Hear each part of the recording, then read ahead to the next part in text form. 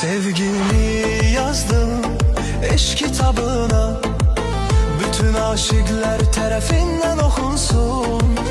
Hər bir kəlməsi, hər misrası ruhu titrədib qəlbə toxunsun.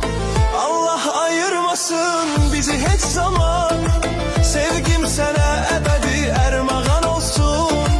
Allah ayırmasın bizi heç zaman, sevgim sənə əbədi ərmağan olsun.